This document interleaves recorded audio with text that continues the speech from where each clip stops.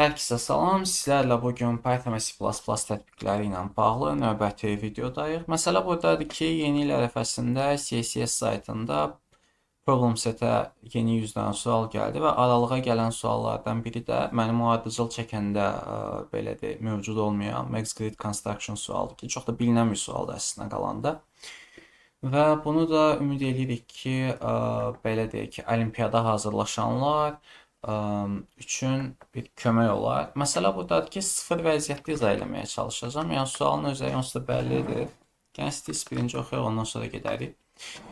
Məsələ buradadır. Deyir ki, your task is to construct an n times n grid where each square has the smallest non-negative integers that does not appear to the left on the same row or above on the same column. Yəni demək istədiyi budur. Deyir ki, sizin bir dənə belə deyək, gridimiz var. Bu gridi ümumiyyətcə setka olaraq da tərcümə edənlər var, amma ümumi olaraq götürəndə, yəni başa düşürükdən də danışırıq. Belə bir torumuz var, izah eləyə bilərəm. Və bu tordakı hər hansı bir elementi biz götürürüksə, məsələn bu elementidir. Bura qədər ki və bura qədər ki, yəni sətri boyunca və sütunu boyunca yazılmamış ən kiçik ədəd ora yazmalıyıq. Yəni bu şəkildə təyin olunmalıya gedir. İzah eləyə bilirəm. Bu təbii ki, belə bir dənə məntiqi yaradacaq. Nə mənada deyirəm? Gəlin bir dənə diqqətlə fikir verin. Siz bu qridi, niyə bu tamamlamadı, bunu auto-completion eləmədi bilmirəm, amma yəni belə eləyir, eyb yox. Bəxtimiz gətirmir bugün. Bu qridi mən bu cür də yarada bilərəm, ya da bu qridi mən bu cür də yarada bilərəm. Yəqin ki, bu aydındır. Yəni yuxarıdan başlayaraq aşağıya doğru da düşə bilərəm. Onda yuxarıdan aşağı və soldan sağa onsuz ki, əgər ki bizə deyilsə ki, solunda və yuxarısında olanlar deməli tərsdən yığıla gəlib də. Deməli, əgər ki, bu istiqamətdə biz yığa biliriksə, onda belə çıxır ki, burada bir simmetriya var diaqonalına görə. İzah eləyə bilirəmmi? Yəni sən belə də yığsaydın, belə də yığsaydın, eyni məntiqlə yığırsansa, yəni soldan sağa ya da yuxarıdan aşağıya, deməli sən sağına yazdığından aşağısına yazdığında da eyni şey olacaq. Çünki bunun hələ ki solu yoxdur, bunun da hələ ki belə deyə yuxarısı yoxdur. Eyni bir ədədi yazırsan, belə-belə gedir. Sonra bura gələndə sağ, sol, yuxarısı eynidir. Eyni məntiqlə yavaş-yavaş düzə-düzə gedirik. Yəni uzun sözün qısası bizdə diaqonala görə bir simmetriya var deyə bir tərəfini yığsaq, o biri tərəf avtomatik olaraq çıxır. Yəni elə bir məntiqlə də girmək olar suala. Mən sualı ümumiyyətcə biraz da alt səviyyədə həll eləməyə çalışacağam ki, çoxumuz başa düşməyəcək göstərir sualı. Sonra deyir ki, the only line has an integer n inputda. Ancaq n daxil olunur. Bir dənə n ədədi daxil olunur bizə. Və bu integer olduğuna görə hətta belə yazaq. 0 olma ehtimalı yoxdur. Çünki 100 arasında verib bunu. Bu bizə əslində kömək olacaq 100 arasında bunu konstrukt eləmək. Danışacağım ya. Böyük olsa təbii ki, fərqli prinsiplərlə yaxınlaşmaq lazımdır. Amma burada o qədər də problem deyil. Print the grid according to the example. Deyir ki, output, yəni çıxış bizdə aşağıdakı kimi olmalıkən 5-i özümüz qurmağa çalışaq, ondan sonra gedərik. Yəni onda belə çıxır ki, ay necə düzəltdi? 1, 2, 3, 4, 5, 1, 2, 3, 4, 5. Yəni başlanğıcda burada 0, okey. Yəni bura qədər görülməmiş birinci ədəd 1-dir, bura qədər də görülməmiş birinci ədəd 1-dir. Sonra bura qədər görülməmiş ədəd avtomatik olaraq ən kiçik 2-dir, 3-dür, 4-dür. Burada da üz üstə 2-dir, 3-dür, 4-dür. Onsuz da bu şəkildə doldura bilərik. Yəni bura baxaq. Bura qədər baxın, yuxarısında və aşağısında mənim görmədiyim, yuxarısında və aşağısında ən kiçik ədəd 0 deyilmi? Düzdür. Sonra 0, 1, bura baxıram. 0, 1, 2 var. Bura 3 yazacağım. Sonra bura gəlib çıxdım. 0, 1, 3 var. Yəni burada 2 yoxdur. Sonra gəldim bura. 0, 1, 2, 3, 4 var. Burada 5 yoxdur. Aydın nə demək istəyirəm? Yəni biz əgər ki grid line-a bura baxsaq, yəni biraz bir çətin görünə bilər birinci, amma sonrası asandır. Məsələn bura baxın, buradan başladıq. 0, 1, 2, deməli 3 yoxdur. Bura gəldim. Baxın 0 yoxdur avtomatik olaraq. Sonra bura gəldim. 0 var, 1 yoxdur. Sonra bura gəldim. 0, 1, 2, 3 bizdə, üzülürsən. 4, 5, o zaman 6. Sonra bura gəlib çıxdım. 0 var, 1 var, 2 yoxdur. 3 var. Sonra 0, 1 yoxdur. 2. Avtomatik olaraq ən minimalda dayanırıq. Onsuz da o qədər mənası yoxdur. 0 yoxdur. Sonra bura baxırıq bir dənə. 0, 1, 2, 3, 4, 5, 6. Buradan bir 7'miz var. Məntiqlə burada 0 ata bilərik, amma yavaş-yavaş gəlməyə çalışaq. 0, 1, 2, 3, 4. Burada bir 5'imiz var. 0, 1, 2, 3, 4, 5. Burada 6'mız var. Burada gəlib çıxırıq. 0, 1, 2, 3, 4, 5, 6. Burada bir 7'miz var. Burada gəlib çıxırıq. Gördüyümüz kimi 0'dan başlatma olar. İndi gəlin nümunəni baxmağa çalışın. 5, 6, 7. Bu da düzdür. 3, 2, 1, 0, 7. Düzdür. 2, 3, 0, 1, 6. Düzdür. 1, 0, 3. Nə bilim, nə getdi. Əslində bilinən bir tip sualdır və işləməsi biraz çətin gələ bilər, amma anormal da çətin deyil. İndi gəlin sualın gedişatını burada həll eləməyə çalışaq ki, bizdə nələr ola bilər və bunun üstünə həll eləməyə götürək. Belə deyək, bizdə birinci input götürək. N ədəd daxil olunur, səhv eləməmsə. Başqa bir şey yoxdur onsuz da inputda. Sonrasını yavaş-yavaş konstrukt eləməyə çalışarıq. Deyək ki, print solve da yaza bilərik, fərq eləmir. N ötürdüyümüz bir dənə function qurmuşuq. Deməli, def eləyəcəyim nədir? Birinci belə bir şey eləyəcəm ki, hamısı sıfırlardan ibarət bir dənə tor quraq deyirəm. Baxın, hamısı sıfırlardan ibarət tor quraq və o torda minimal olsa sıfır ola bilər də bizdə non-negativ dediyinə görə. Yəni, buradakı hər hansı bir ədədi bu grid olsun. Yəni, gridin sətirlərinə əgər ki i desək, sütunlarına yod desək, onda grid i yod ixtiyari ioddan söhbət gedir. Hər hansı vəziyyətdən az sıfırdan böyükdür, çünki non-negativ integerdən danışırıq. N'in özü buradadır, o ayrı, amma yəni bunun içərisində non-negativ integerlardandır. Yəni mənfi olmayanda ya müsbət ya sıfırda, onu yadda saxlayın. Onu niyə elə yazırlar? Çünki natural yazsa bəzi ölkələrdə natural ədədlər sıfırı qəbul edir, bəzi ölkələrdə natural ədədlərin daxilində sıfırı qəbul etmirlər. Ona görə belə bir dənə söhbət alınır. Deməli, bizdə burada gridi yığsam, grid bizdə olsa, deyək ki, ancaq sıfırlardan ibarət. O sıfırlar da n dənə sıfırla olacaq. Çünki ölçüyə baxın, 5 deyəndə 5 dənə sətir, 5 dənə sütundan gedibsə. Yəni, sətrimi 5 dənə sıfırla əhatələdim. For range n. Yəni, mən artıq sətri qurdum, sonra bu sətri n dəfə təkrarladım. Yəni, 5 dənə alt-alta yazdım. İzah edə bilirəm. Bu sətri qurdum. Sonra 5 dəfə alt-alta yazdım. Yəni, bu grid əmələ gəldi onun içərisində. Hətta bunu belə də eləmək olar ki, sizə maraqlıdırsa da return grid yazaq. Burada onu necə eləyək ki, yaxşı görünsün. Yəni, burada hələ ki, sizə belə eləyək. Başa düşəsindən demək istəyir. In yazmaq yadımdan çıxıb üzülürsən. In. Məsələn, 5 eləyək. Məntiqi başa düşdükdə məncə o qədər çətin deyil. Yəni, sıfırdan doldurduq ora. İndi, burada eləməyə çalışacağımız nədir? Sətir və sütun boyunca giriş eləyəcəyik. I ilə yodla giriş eləyəcəyik. For i in range n və for yod in range n. Bundan giriş elədik. Sətir və sütunlarla giriş eləyirik. Onda belə çıxır ki, mənim kandidatım həmişə minimum 0 ola bilər. Təbii ki, burada belə bir şey də eləmək mümkündür ki, tapılmırsa, diaqonalsa, optimizasiya üçün çox şeylər eləmək olar da, ümumi həll yazmağa çalışacağım if vəziyyətində. Çünki ola bilər ki, fərqli bir epizodla da rastlaşaq, onu o qədər də qatmıram hesaba. Çünki burada diaqonalda bu varsa artıq 0 bura yazılmayacaq, bura yazılmayacaq. 0-ın yazıla biləcəyi növbəti kandidat onsuz da ki, diaqonal elementi qalır yenə də. Amma onun üstünə o qədər getmə. Onda belə götürməyə çalışaq ki, yazıla biləcək ədədə hələ ki numdır, tamam mı? Yəni number olaraq götürək. Bu da ki 0-dan başlasın, num. Onda biz də while true verəcəyik ki, while true. Yəni nə qədər ki artıq ölçməyə çalışacağıq biz sətrində və ya sütununda buna rast gəlmişikmi? İzah eləyə bilirəm. Bayaqlar nə dedim? Onsuz da buranı doldurmaq asan idi. Biz sətr boyunca dolduraq ya sütun boyunca dolduraq. Hansını başlatmağın mənası yoxdur. Yəni, lap deyək ki, sətr boyunca başlamışam. Sətr boyunca, yəni ini mən statik saxlayıb yodları dəyişsəm, fikir verin, eyni sətirdə sütunları dəyişə-dəyişə getsəm, sətr boyunca baxmış olacam. İzah eləyə bilirəm. Sətr boyunca əgər ki, sıfırdan başlayaraq mən ədədə rast gəlmirəmsə, ya da ki, yəni kandidata rast gəlmirəmsə, izah eləyə bilirəm. Yəni, bu yuxarıdakı ədəddən söhbət gedir. Bu nama rast gəlmirəm. Sonra belə olacaq. Biz bunu belə deyə bilərik. Found. Bunu hələ ki false deyək. Hələ ki tapmamışıq da. Deyək ki, bu ədədin tapılmadığını fərz edirəm. Tapsam, onsuz da ki, belə deyim də sizə. Əgər tapılıbsa, növbəti ədədə baxmalıyım. Məsələn deyək də. Bura gəlmişəm. Hə, birinci sıfırdan başladım, tapmadım. Okey. Bura gəldim. Sıfırdan başladım, sıfırı tapdım. Ona görə növbətiyə keçməliyim. Yəni tapdıqca mən bura qoymağı planladığım ədədi artıracağam. İzah eləyə bilirəmmi?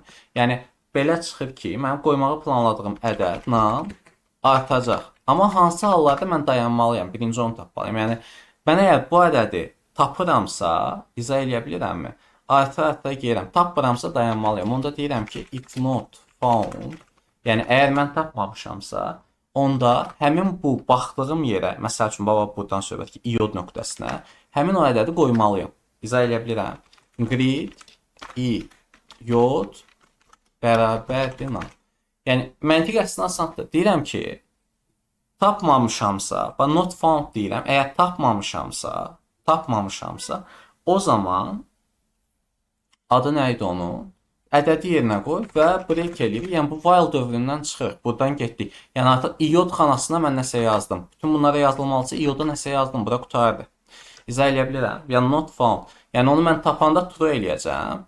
Tapdımsa found true olanda, yəni avtomatik tapmışam. Burada deyirəm ki, tapmamışamsa. İzah eləyə bilirəmmi?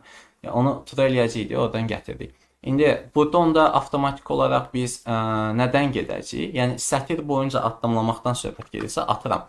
Fikirləşin ki, siz bu yoddasınız, bu sütundasınız və bu sətirdəsiniz. Siz əgər ki, bu sətrin çatışmazlığını yoxlamaq istəyirsinizsə də bu istiqamətdə giriş eləyəcəksinizsə, düzdür?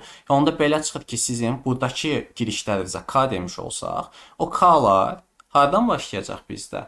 Yəni sıfırdan başlayacaq yoda qədər. Yəni yodu götürməyəcəyəm. Bura qədərki hissədən girməyə çalışırıq. İzah eləyə bilirəm. Yəni sətir boyunca birinci baxıram.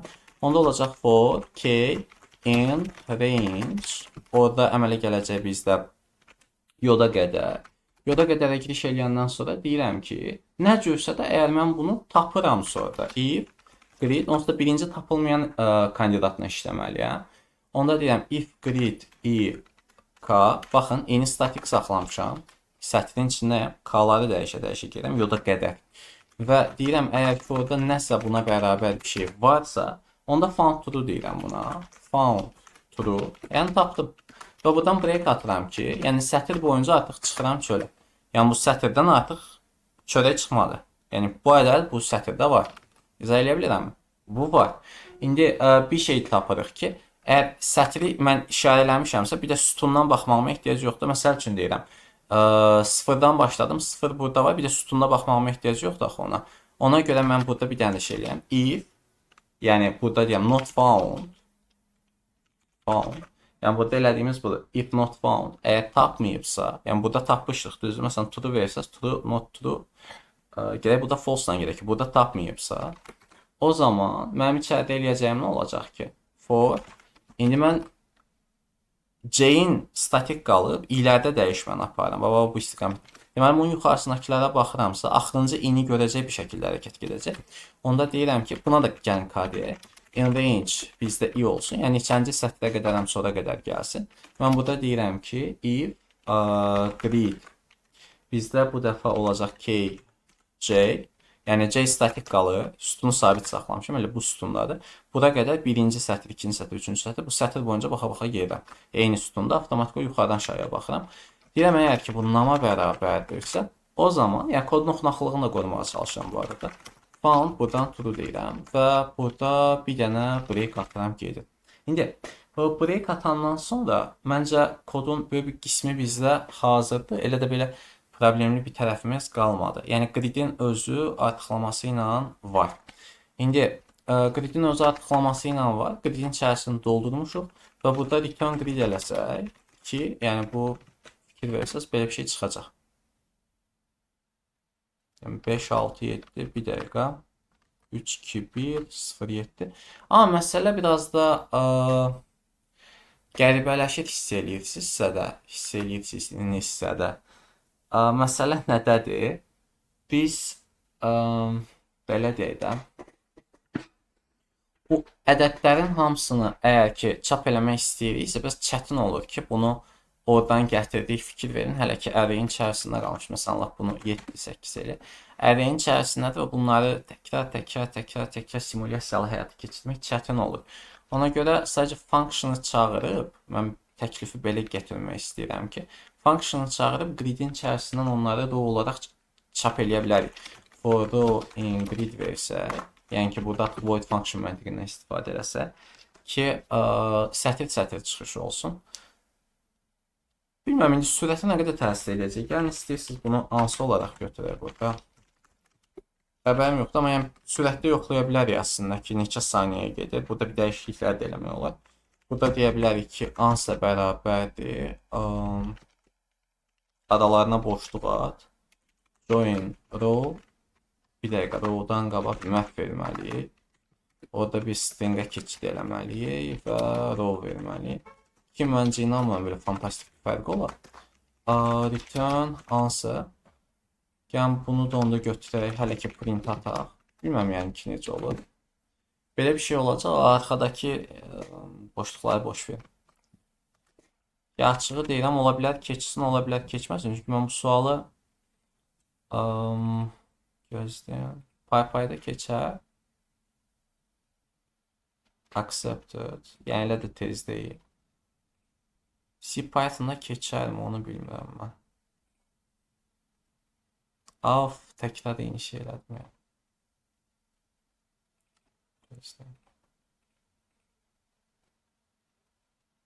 Ya, time limitə düşür. Çünki mən bunu bir dəfə sınamışdım. Deməli, o qədər də belə bir fərq olmayan vəziyyət nədir? Return-ü verməkdənsə function özünü çağırır burada. Return-ü verməkdənsə. Onsuz da Python özü içəriyə baxmaqla eləmək mümkündür deyə bu şəkildə də eləmək olur. Məsələn, 5 versə, içərisinə baxa-baxa getdirsən. O da oradan gəlir. Bunu, məncə CPython-da yenə keçmir, belə deyəndə. Amma ümumi olaraq, ya Python-a görə biraz problemlidir. 2 dənəsi var. Məsələn, CPython, PyPy. Hərəsinin öz üstünlükləri var. Əgər güclü əreylərlə işləyirsinizsə də, CPython o qədər effektiv deyil. Yəni, əreylərdə PyPy effektivdir. Zamanlamada bir fərq olmadı və s. və axır. Yəni, kodun məncə başa düşülməsi o qədər də çətin deyil. Ardıcıl yazılma çox önəmlidir ki, hardan başlamısan, yəni buradan başladın, tapmadıqca arta girsən, növbəti sətir üçün təzədən belə başlayacaq. Yəni, bu şəkildə gedir. İndi, sualı biz main tipi bir də eləsək, İndi gözləyim onu belə mi eləyim? Bilməm. Cat PyPy eləyəm. Buradakı məntiqə uyğun yazmağa çalışacağım. İndi bax, görək nə dərəcədə uyğunlaşdıra biləcəyik. Amma məncə o qədər çətin deyil. Artıq əski bir şey eləmədiyimə görə əslinə qalanda tam əreydən istifadə edərik. Bunu belə eləyək biz. Void function içərisində verərik. Ümumi olaraq gedək. Include IOStream. Include IOStream. Orada bizdə olacaq using namespace standard. Bizdə sonra int main bu gələcək və return 0. Burada bizdə olacaq iOS synchronize with istəyir. Bunu belə götürək. Onsuz çapımız elə də çox olmayacağına görə məncə bu şəkildə götürmək olar. İstiyalda o qədər ehtiyac var mı bilmirəm, amma yəni yazıram mən çox vaxt gəl alışqanlığımızda unutmasın. Bunu yazdıq. Yazandan sonra bizdə n-i götürəcəm. Int 100 vermişdi də, səhv eləməmsə n-i. Yəni bu getdi. Mənə gəl başqa bir şey yox idi orada. Və burada sadəcə function n-i çağıracağım. Çünki orada biraz belə işlər qarışır, çox da şey eləyəndə. Void function olsun, yəni return olmayan bir vəziyyətdəyik. Yəni burada gəlsək, görəcəyik ki, onsuz da return vermirik də, void functionu qaytarırıq. Orada bizdə olacaq function integer n-i daxil eləmişik ora, düzdür. Və içəridə eləyəcəyimiz nədir? Mənə bir dənə grid lazımdır. Integer array olaraq götürəcəm onu. Bu gridin elementləri məndə n-in n olaraq götürək də. n-in n-ə. Ümumi halda n bir 100 parçasındadır. 100-ün 100-ə də götürüb doldurmaq olar. Elə problemli bir şey deyil o. N-i n-ə götürdük. N-i n-ə götürəndən sonra bizə lazım olan nədir? Bu aşağıdakı kimi yığmağa çalışsaq bir dəqiqə belə qalsın. For int i bərabərdir 0-dan bizdə kiçikdir n-dən və i-lə artı gedəcəm. Bir addımdan gedir. Burada içəridə j-ni gətirəcəm. For int j bərabərdir 0, j kiçikdir n-dən, j plus plus getdi. Əla, bütün xanalara baxırıq. Sonra içəridə bizim eləyəcəyimiz nədir? Int num bu bizdə olacaq 0-dan başlayır. Əla. 0-dan başlayır başlamağına, amma bu aşağı tərəfdən biz başlamışdıq da. Deməli, 0-dan başlayır başlamağına. Bu ədədi biz artıracağıq 4-ün içərisində. Bir dəqiqə. Bu ədədi artacaq, amma while true-da. While true-da artacaq. Bizdə bu ədədi artacaq. While true-da orada biz nə demişdik? Boolean bir dənə value götürəcəyik ki, found orada olsun false, hələ ki false-dir. C olsaydı, məsələn, 1-0-dan həll eləyərdim söhbəti. Ki eləmək olar əslində, burada 1-0 yazmaq olar. Kodun uyğunluğuna görə burada biraz can qoyuram. Və burada bizdə num artı gedəcək. Nə zaman bu kod dayanacaqdı, onu yadımıza salırıq. Biz deyirik if not found deyirik də burada. Not found. Bir dəqiqə. Not found-sa da 2 əməliyyat icra olunacaq deyə. Belə deyək ki, birincisi greet iod bizdə ekvivalent olmalıdır nama. Sonra oradan break atmalıyıq ki, ümumi dövrü bağlayaq. Yəni while dövründən çıxış eləyə bilər. Və bundan sonra bizdə yavaş-yavaş o founding hissəsinə girmək lazımdır ki, harada found olur, harada found olmur. Yəni, məsələn, bu hissəni əsas bağladıq. İndi yuxarıdan gəlməyə çalışacağıq ki, bu hissədən, bu hissəni biz deməyə çalışdığımız budur. Əgər ki, sətrində tapıbsa, onda for int k equal to 0, k less than j, yəni, burada biz artıq sütuna qədər gedirik və bayaq da göstərmişdim məncə onu. Yəni, C buradadır, eyni sətrin içərisində qaldı. Məsələn, belə gəlməyə çalışın. Bu gedəndə, yəni C-yə qədər gələcək orada. Onun hamısını eləyəndən sonra icra eləyəcəyimiz əməliyyat sayı cavab budur. Əgər ki, aşağıdakı neynisini köçürəm bu arada. Greet i k necəsə də nama bərabər olsa, 2 də əməliyyat icra olunacaq deyə yenə alt-alta yazmaq məcburiyyətində. Found true. Burada bir dənə break atacaq. Break nəyə görə atıq? Yəni, bu dövrdən çıxa bilək deyə. Yəni, burada da eyni break atırıq. Bəxtə. Buradakı, yəni, breakin də məqsədi buradakı for-dan çıxa bilməkdir. İzah eləyə bilərəm, nə demək istəyirəm. Həmin for-dan çıxa bilməkdir. Buradan çıxdıq. Buradan çıxandan sonra bizdə orada yoxlayacağımız əməliyyat bir dəqiqə. Baxın, bu hissəni artıq keçid eləyirik. İzah eləyə bilirəm. Deməli, orada eləyəcəyimiz əməliyyat budur. Deyirik ki, if not found, if not found. Kimsə deyə bilər ki, dəfə not found vermişsən, sonları bir yerə niyə qoymursan? O biraz ayrı bir mövzudur da. Çünki, məsələ buradadır, o iki foundun arasındakı məntiq fərqlidir. Birincidə deyirsən ki, sətirdə tapmısansa, sonra deyirsən ki, sütunda tapmısansa. İzah eləyə bilirəm. Yəni, mən burada, məsələn, sətirdə tapmağımdan, mənim burada sətirdə tapmamışamsa, sütunda tapmağım məntiqi, sonra ümumiyyətcə tapmamışam deməyim, ayrı-ayrı şeylərdir. İzah eləyə bilirəm. Yəni, o biraz fərqli bir yaxınlaşmadır. İndi, burada eləyəcəyimiz budur ki, yuxarıdakının çox oxşarını yazacağıq. For int k bizdə artıq k-yə qədər gələcək ki, burada da görürsünüz aşağıda. Bu da getdi. Sual ümumilikdə bəsitdir aslında. Yenə yuxarıdakı kodun eynisi alınacaq bizdə. Hətta bunu buradan da kopyalayıb burada yazma olar. Mənə elə gəlir. Bir dənə burada dəyişən olacaq ki, bu i-nin yerində k olacaq. Bu şəkildə də getdi. Bir dəqiqə nə səhv elədim.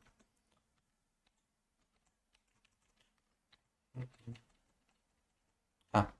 O biri tərəfdən burada bir indent fərqi var. Fikir versəz, for if-in içərisində qalıb deyə bu şəkildə belə bir yanaşma. Hətta bunları qabaq-qabağa yazmaq olar, orada problem çıxmır. Sadəcə mən bu yazılışı daha belə oxunaqlı hesab edirəm. Məsələn, bunu silərəm, bu buradakını. Bunu da silərəm, bunu bitişdirərəm bunun arxasına. Deyəm, if bu, for bunu yaz. Elə bir şey də eləmək olar. Ümumi olaraq submit eləyək. Məncə yeni kod donsuzda. Yəni, hətta yoxlamaq olar. Sadəcə məndə bəzən belə problemlər çıxır, bilmədiyim bir səbəbdən. Hə, deməli, məsələ nədir? Mən burada bu kodun bitiş hissəsinə bir-iki dənə əlavəmiz var, onları yazmamışam. For hissəsini biz yazmaq yadımızdan çıxıb. Bəli. Orada eləməli olduğumuz nədir? Gəlin belə eləyək.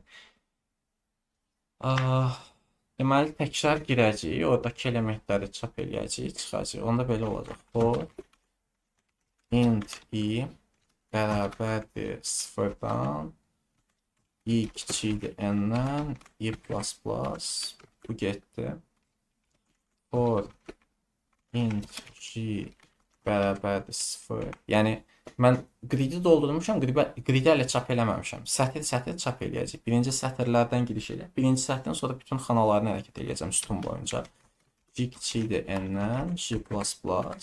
Ondan sonra eləyəcəyimiz belə bir şey olacaq ki, sayıcı olaraq. Bir dənə stringə yığıb eləsək, toStringdən istifadə eləməliyik ki, bu məncə o qədər də optimal deyil yenə də. Cout, grid, i, yod, məncə düz yazdım və bunun arxasında bir boşluq verməliydik, deyəsən elə yadımda qalıb və burada biz nə edirik? Sətirdən giriş eləmişik, sətrin xanalarını yığdıq arasında boşluqla. Hər sətr qutaranda bir dənə də orada nə atacağıq biz? Hər sətrin sonuna bir dənə də boş 7 sətr atırıq, düzdür? Yəni bu şəkildə getdi. Ümid edirik ki, bu dəfə işləyəcək. Məncə düzdür. Yəni fikir aydındır yəqin ki, burada nədən danışdım. Və sualı maksimum dərəcədə belə deyək ki, üst məntiqləri bilməyən adamın başa düşəcəyi formaları əldə etməyə çalışmışam. Ki bu yəni elə də pis deyil kod etibarı ilə yaxındır da, yəni ikisi də eyni kodu yazdıq demək olar Python-dan C++-da. Çətindir. Time limitə baxsaz görəsiniz ki, ciddi bir surətdə. Time limit deməyək də time result deyək burada limit çünki fərqli anlayışdır. Çox da ciddi fərq var. 5 dəfə bir fərq var orada səhv eləmirəmsə 20 ilə qurtarmışdıq. İndi əsas nöqtəyə gəlib çıxmağa çalışaq ki, bu sualda əslində fərqli bir yanaşma var. Bitwise operator məndən olduğu qədər belə dibə girərək keçmirəm. Amma bir dənə söhbətimiz var ki bizim. PyPy'da bu boyda yazdığımız şeyin daha sürətli bir həlli var əslində. Çünki belə maraqlı bir həlli var. Onu nə tər həll eləmək olur? Onu mən sizə deyim. Məsələn, bunu götürür, print buratsam ki, onun içərisini yığacam. Məsələ nədir? Deməli, siz Bitwise operator tətbiq eləsəz, bizim EXOR deyilən bir dənə operatorumuz var. EXOR operatoru nə cür işləyir? Bundan söhbət gedir.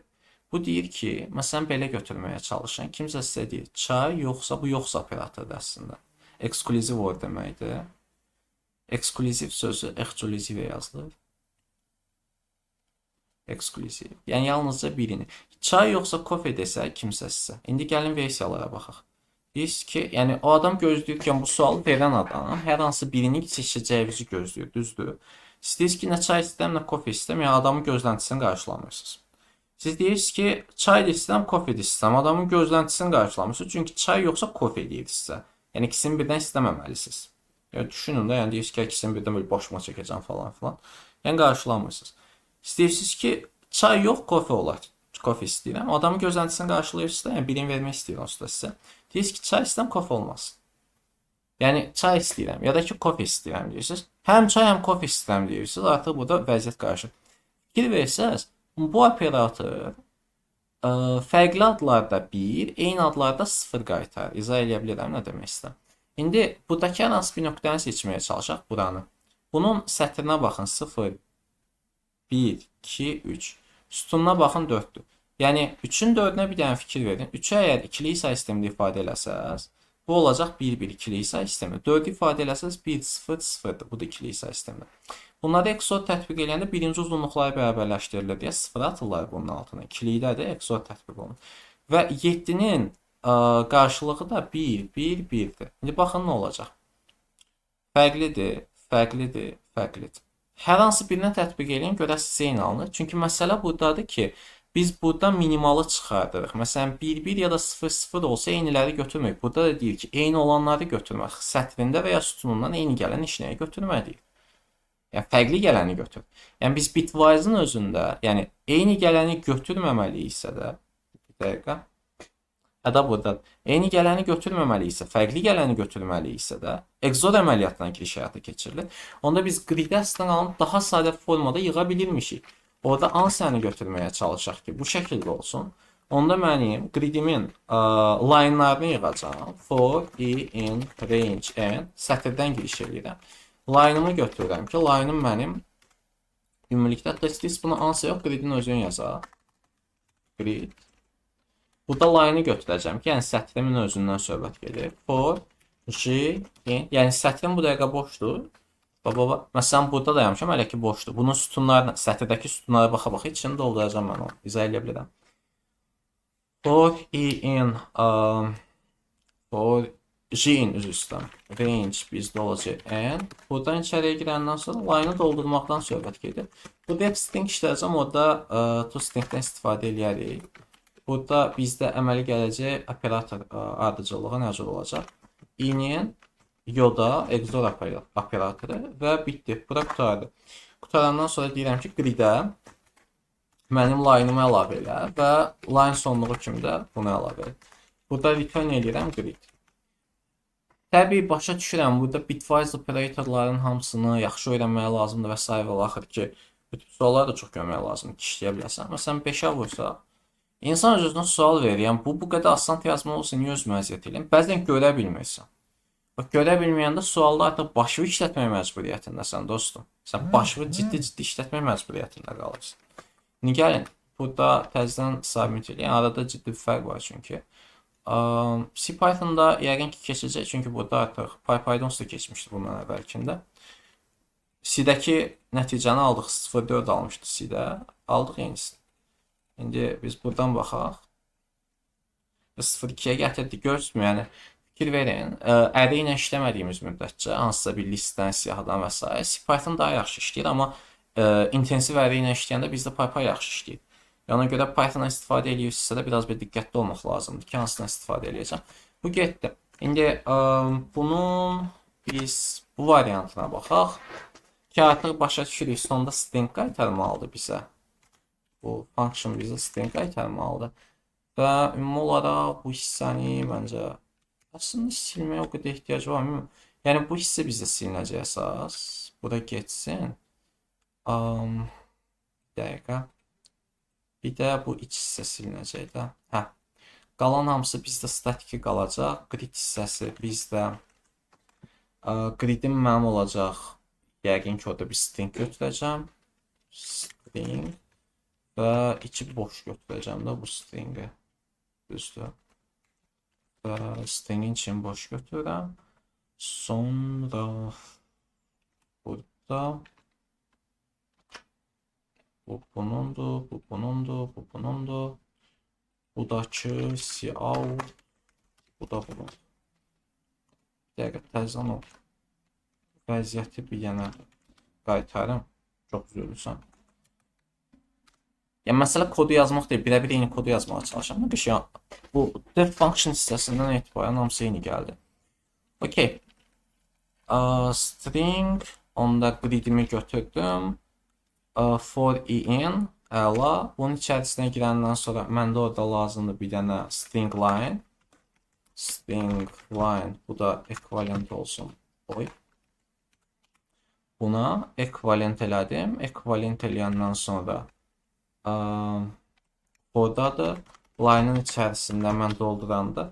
Bu da to stringdən istifadə eləyəcəyik. String. To stringdə biz deyəcəyik ki, exclusive or, XOR və üstə gəlinmiş bu. Buradakı onları da görürsünüz. Deyirsiniz ki, kodu işə sal, alınan nəticəni bura string kimi 30-dur. Sonra burada fikir verin, stringin qurtarma yerinə qədər bir boşluq var. O boşluq da budur.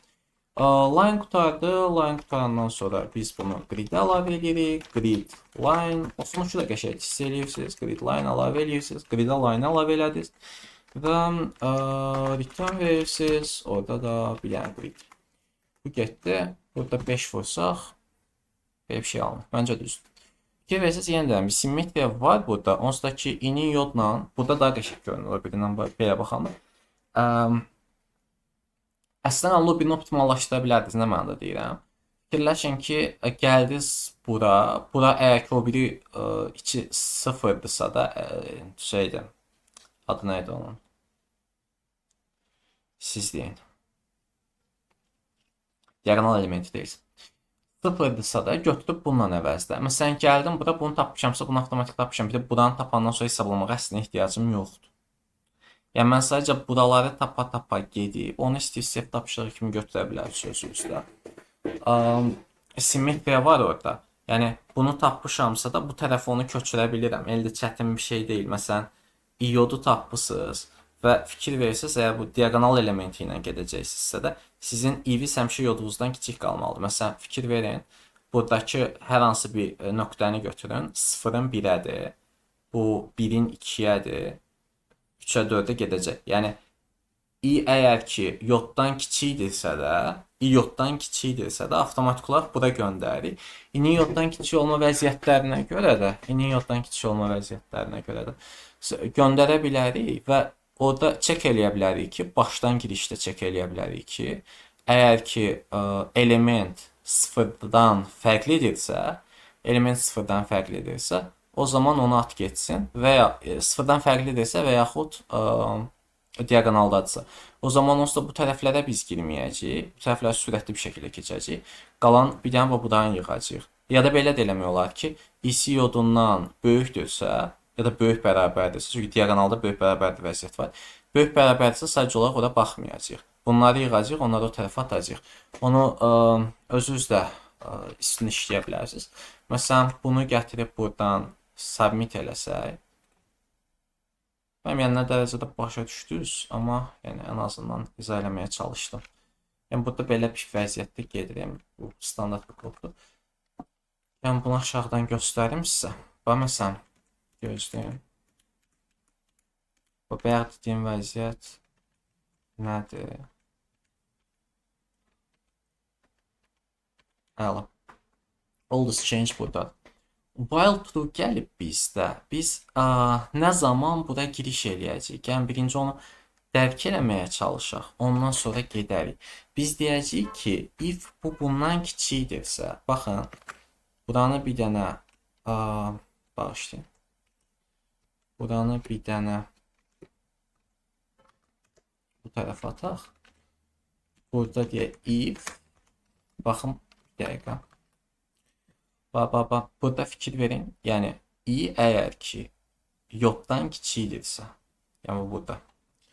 I yoddan kiçikdirsə, if i kiçikdirsə yoddan, if i yoddan kiçikdirsə, bu açıldı. Hətta buranı bu şəkildə eləməyə ehtiyac yoxdur. I yoddan kiçikdirsə, əlavə əməliyyata ehtiyac yoxdur burada. Grid bundan əlavə olaraq biz bunu belə deyirik ki, grid simmetriya var axı orada. I bərabərdir nə? Bir simmetriya var ortada istər-istəməz. Məsələn, belə bir şey götürməyə çalışın. Bir dəqiqə, burada niyə belə bir xəta aldıq, onu bir dənə fikirləşməyə çalışaq. I yoddan kiçikdirsə, namı bura gətirək. Məncə düz gedir axı vəziyyət. Yəni bir dənə cəhd edeyim. 3, 2, 1 0. Bir dəqiqə, biz niyə belə bir xəta alırıq ki? Gözlə.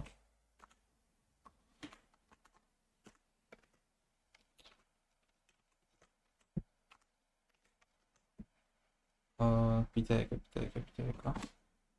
Hə, düzdür. Deməli, o diaqonalı nəzərə almamışıq. Tamam, diaqonal yox idi, bir xəta aldıq. Deməli, 5 vs. Məsələ mahiyyəti yəqin ki, başa düşdünüz. Pythonda da eyni istəyəcəksiniz. Bu şərti atacaqsınız içəriyə. Bir dənə də bunu yazacaqsınız ki, belə bir şey gedir. Məsələn, bunu biz submit eləsə, 0.4-də idi. Ola bilər, yəni çox belə fantastik bir şey dəyişmir.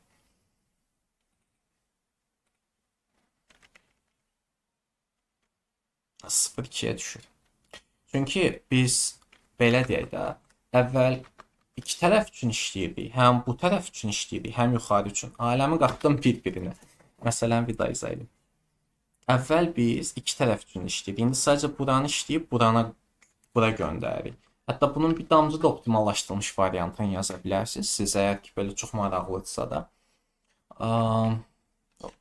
Bu daha da uzanacaq sadəcə olaraq. Yəni uzun sözün qısası nə mənada deyirəm? Məsələn, əgər böyüksə sadəcə continue yazmaq olardı ora. Məsələn, kodun özünü saxlamaq istəsə belə də eləmək olardı. Məsələn, buranı götürək. Biz də buranı belə deyək də şəklə gətirək. Bu getsin və burada elədiyimiz bunun tərsini yazaq. Məsələn, bu istiqamətdədir. Continue verirsiniz ki. Yəni budursa da dayanma get. Məsələn, eyni şey olacaq burada. Bir dənə bunu əlavə eləyə bilirsiniz ki, bu qəşəng olur. Daha belə oxunaqlığa görə Pythonda da eləyə bilərsiniz. Bir dənə bu şərti qoyursunuz, qabağına continue vurursunuz və aşağıda sadəcə olaraq bu grid hissəsini buradan break atırsınız ki, breakləri unutmayın heç vaxt.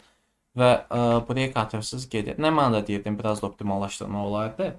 Orada alınan nəticələri belə ifadə edeyim. Bir dənə başdan nəsə təyin edib, onun içərisində stringə düzmək kimi bir solution da var. Bunu C-də də eləmək mümkündür. Və bu qədər ümid edirəm ki, açıqlayıcı oldu. Bacardığım qədər bir neçə yöndən göstərməyə çalışdım sualı. Sualın öz əslində bəsitliyini də deyirəm ki, məsələn, Python kodunu göstərsən, dərk eləyəcək yəqin ki, hamımız ki, burada nədən danışırıq da. Günün sonunda onsuz da ki,